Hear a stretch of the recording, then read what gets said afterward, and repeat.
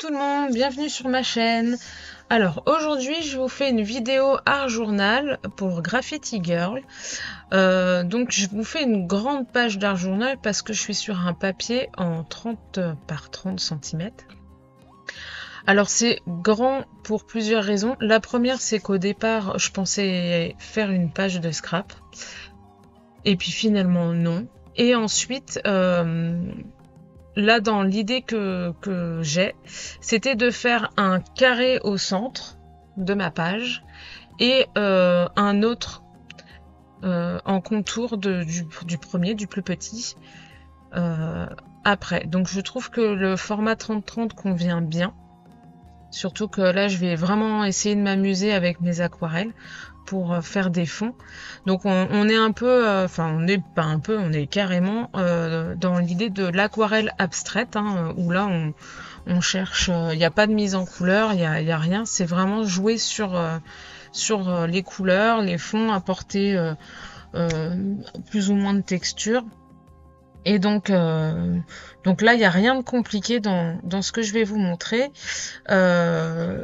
Là, l'idée que j'ai, enfin, le fond que je veux obtenir, c'est parce que j'ai vu une photo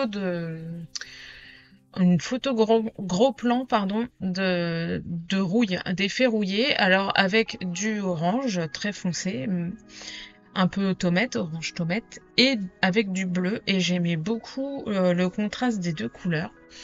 Donc je voulais travailler sur ces deux couleurs-là avec mes aquarelles. Donc je suis encore avec les Gangsai Tambi que je trouve très très bien, qui fonctionnent très bien moi aussi avec le type d'exercice que je fais sur cette page.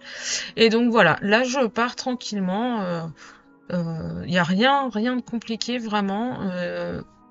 Là on est vraiment dans le lâcher prise, donc c'est super.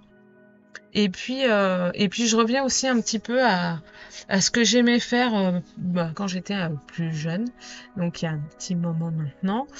Enfin, je suis pas très vieille, mais quand même. Et donc ouais, au départ, j'aimais bien faire jouer avec des encres. Et puis laisser les encres justement faire des fusions, faire des effets, et ensuite je redessinais par-dessus. Et donc là, je reviens un petit peu à ça en ce moment et en fait, j'aime bien. C'est apaisant, c'est voilà, je réfléchis pas, je pose mes, enfin, je réfléchis pas, je réfléchis moins. Et puis je pose mes couleurs. J'essaie quand même de faire quelque chose qui sera joli quand même, hein, mais voilà, il y a pas de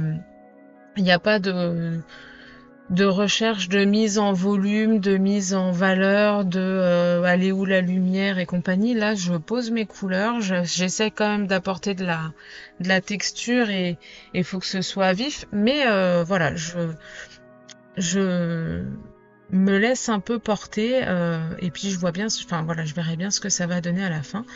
Donc le seul truc, c'est qu'il faut quand même travailler entre guillemets rapidement. Là, je suis sur un papier en cellulose, les papiers Florence là pour l'aquarelle, donc c'est quand même du 300 grammes, mais bon, ça sèche quand même assez vite.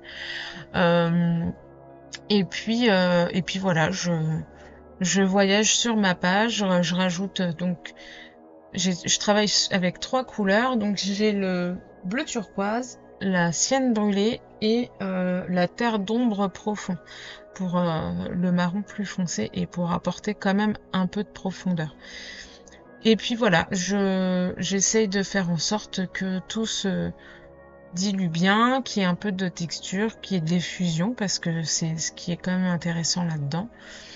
Et puis, euh, et puis je fais ma petite page tranquillement. Donc là, je vais vous laisser en musique pour cette partie-là, parce que c'est un petit peu long. Je vous ai tout laissé quand même, pour que vous puissiez voir vraiment la progression de ce travail de fond. Et puis ensuite, je vous retrouve pour la partie mise en page de mes embellissements.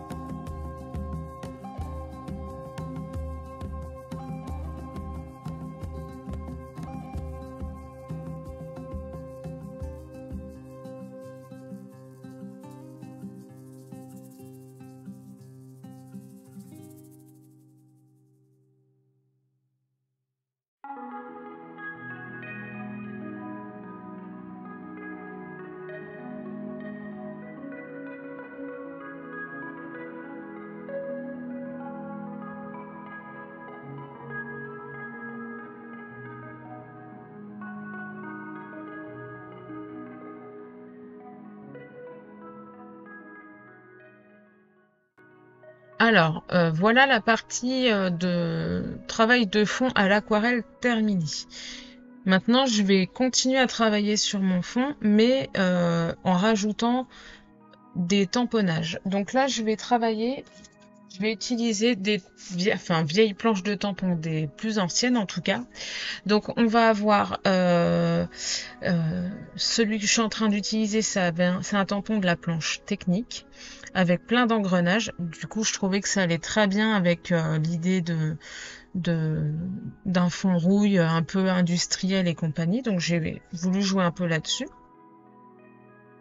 Donc je commence avec ce tampon-là. Et je tamponne aléatoirement, il n'y a pas besoin de chercher plus que ça. Donc là, vous voyez, j'ai un morceau de mon tampon de mon tamponnage qui s'est pas bien marqué. Mais là, c'est pas grave, on reste quand même sur une page d'art journal, donc il n'y a rien de problématique, on va dire. De toute façon, tout est rattrapable en scrap. Voilà. Donc toujours sur la planche technique, on a des petites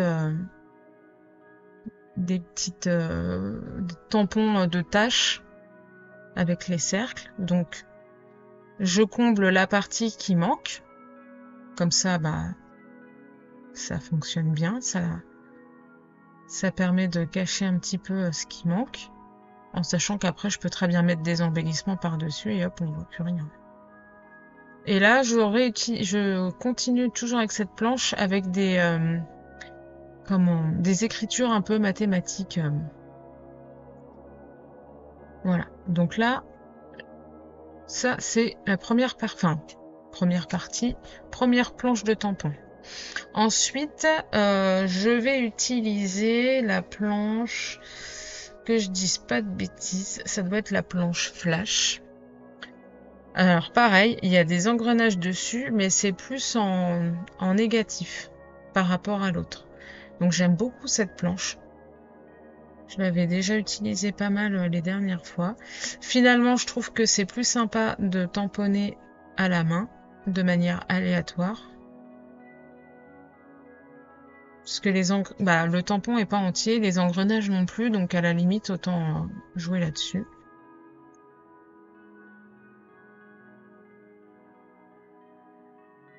Et ensuite, alors ça c'est une planche qui est encore plus ancienne, c'est la planche au masculin. Et pareil, il y a des petits engrenages dessus. Donc je continue dans mon idée. Et je tamponne un petit peu partout.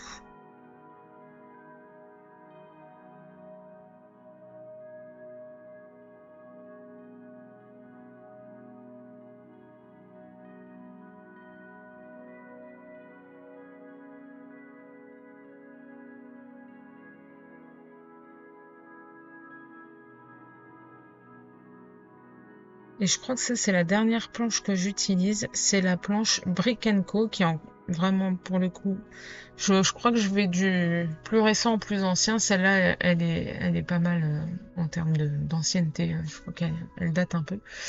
Mais elle est très sympa pour l'art journal. J'aime beaucoup. Et surtout pour ce côté industriel que je veux donner à ma page d'art journal. Donc là, c'est un tampon qui symbolise des briques. Et qui va très bien pour le thème de ma page. Donc mine de rien, tous ces tamponnages là, ça apporte quand même un petit quelque chose en plus. Ça brouille un peu les éventuels défauts qu'il y aurait pu avoir. Alors quand je parle de défauts, là on est sur un fond abstrait à l'aquarelle, mais bon, voilà, parfois il y a des petites choses qui nous plaisent pas.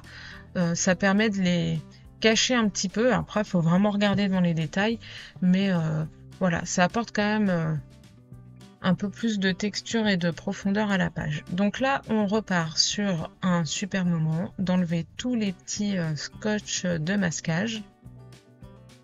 Et là, ça révèle vraiment le rendu de ce qu'on vient de faire, et ça, j'aime vraiment beaucoup. Donc j'enlève toujours avec le heat gun parce que le problème du scotch de masquage, c'est que il risque d'arracher le papier.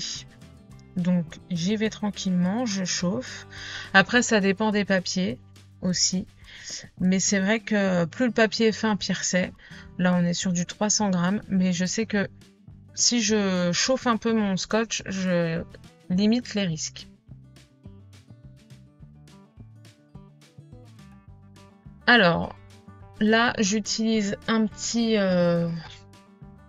crayon. Alors, c'est les Unipin que j'utilise et à mon avis, je prends celui qui est le plus épais, donc ça doit être le 0,5. Je crois qu'il faut que je m'achète le 1. C'est donc l'épaisseur de la mine. Et je pense qu'une épaisseur un peu plus grande, ce serait pas mal. Donc je fais les contours de mon fond, de mes carrés. Et donc je suis très contente du rendu. Parfois, quand je fais des choses comme ça que je suis contente, j'ai presque pas envie de poursuivre parce que j'ai peur de faire une bêtise. Bon là après, je sais à peu près où je vais. Donc, toujours dans l'idée de ce côté industriel, là, je vais utiliser un pochoir. Ça faisait longtemps que j'en avais pas utilisé avec de la pâte de texture. D'ailleurs, bon, ça va, j'arrive quand même à l'utiliser, mais elle a un peu séché, donc voilà, j'ai failli ne pas pouvoir l'utiliser. Mais c'est un peu le problème des pâtes de texture, il faut quand même les utiliser très vite, et ça, c'est un peu embêtant. Voilà. Et donc, j'utilise le pochoir, un pochoir Brick & Co. Donc, très très ancienne comme en collection. Et puis, j'utilise la partie brique pour rester dans le thème de ma page.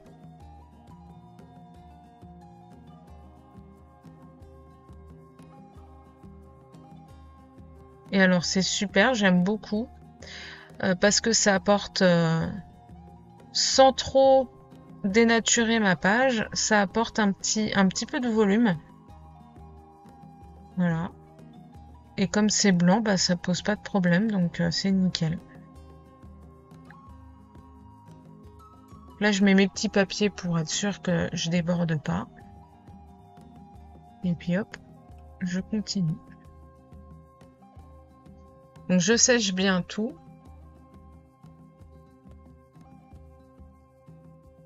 Je refais mes traits noirs, mes petits contours pour que tout soit bien visible, que tout soit propre.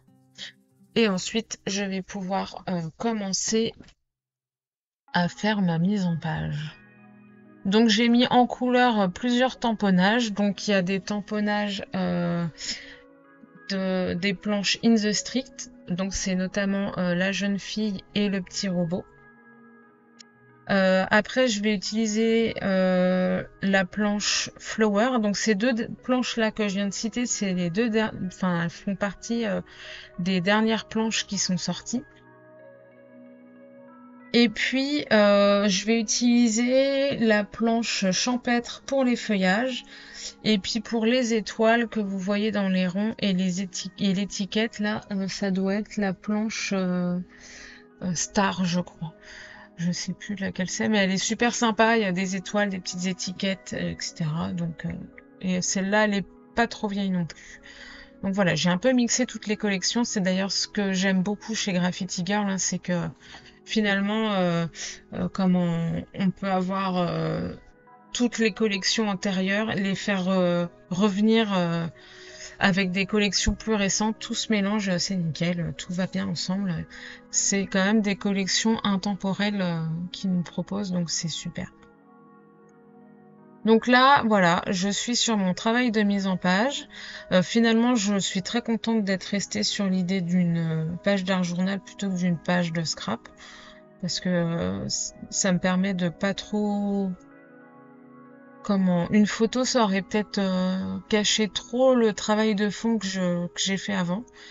Là, je cache quand même une partie, évidemment, mais il y a quand même... ça laisse quand même voir tout le travail qui a été fait avant, et bon, bah, c'est quand même super cool. Donc, ma mise en page, là, je suis Enfin, elle est faite, je suis contente, ça me convient. Donc je colle tout. Alors je vais pas vous montrer toute l'étape de collage parce que c'est long et puis c'est pas spécialement très intéressant. Mais bon voilà, je vais revenir à ce que j'ai convenu avec moi-même.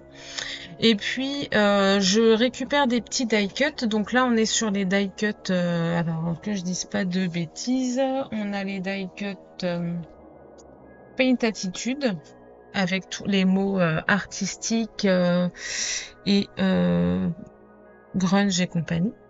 Et puis je vais utiliser des die cut thème scrap, voilà, pour mettre un peu de texte quand même sur ma page, sans mettre forcément un gros titre dessus. J'avais pas envie.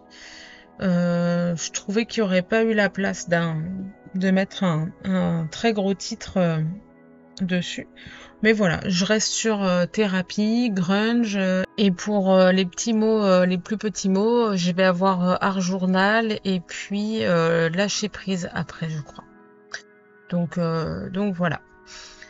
Donc pas de gros titres et c'est très bien comme ça.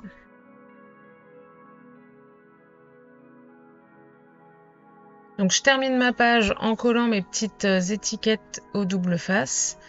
Voilà, je pense que c'est vraiment ce qu'il y a de mieux, le double face pour les étiquettes, plus que la Tacky Glue. Alors la Tacky Glue, elle colle très bien, mais c'est toujours la problématique des colles liquides, c'est que parfois le papier gondole un peu. Alors après, on peut toujours mettre un peu sous presse, hein, ça marche bien, mais c'est vrai que c'est toujours un peu embêtant. Donc bon, après ça c'est des choix personnels. Voilà, donc voilà ma petite page terminée. J'espère que cette vidéo vous a plu. Si c'est le cas, n'hésitez pas à mettre un petit pouce en l'air, à mettre un petit commentaire parce que ça fait toujours plaisir.